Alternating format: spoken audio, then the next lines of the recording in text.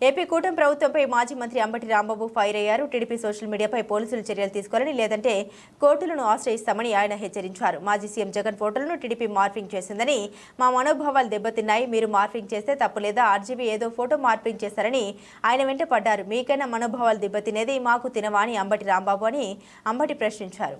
ఇంకోసారి photo morphing చేసి జగన్మోహన్ రెడ్డి గారిని మార్ఫింగ్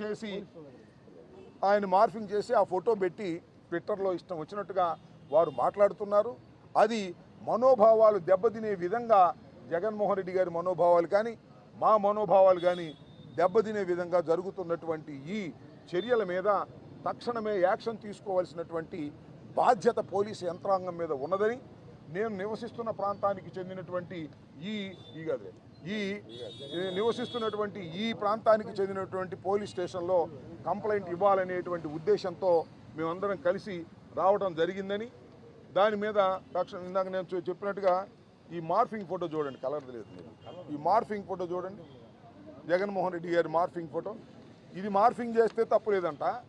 ఆయన ఎవరో ఆర్జీవి గారు ఏదో మార్ఫింగ్ చేసి ట్విట్టర్లో పెట్టారంట, ఆయన వెంట పడ్డారు.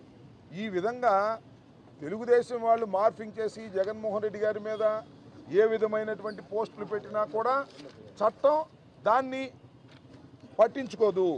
కానీ వైసీపీ నాయకులు ఎప్పుడో సంవత్సరం క్రితం పెడితే, ఇది నిన్నగాక మొన్న పెట్టింది, నేను ఎప్పుడో చెప్పింది కాదు, ఇది నిన్నగాక మొన్న పెట్టింది. ఇది ఈ పోస్టింగ్ అఫీషియల్గా వైఎస్ఆర్సీ తెలుగుదేశం పార్టీ అఫీషియల్గా ట్వీట్ చేసింది.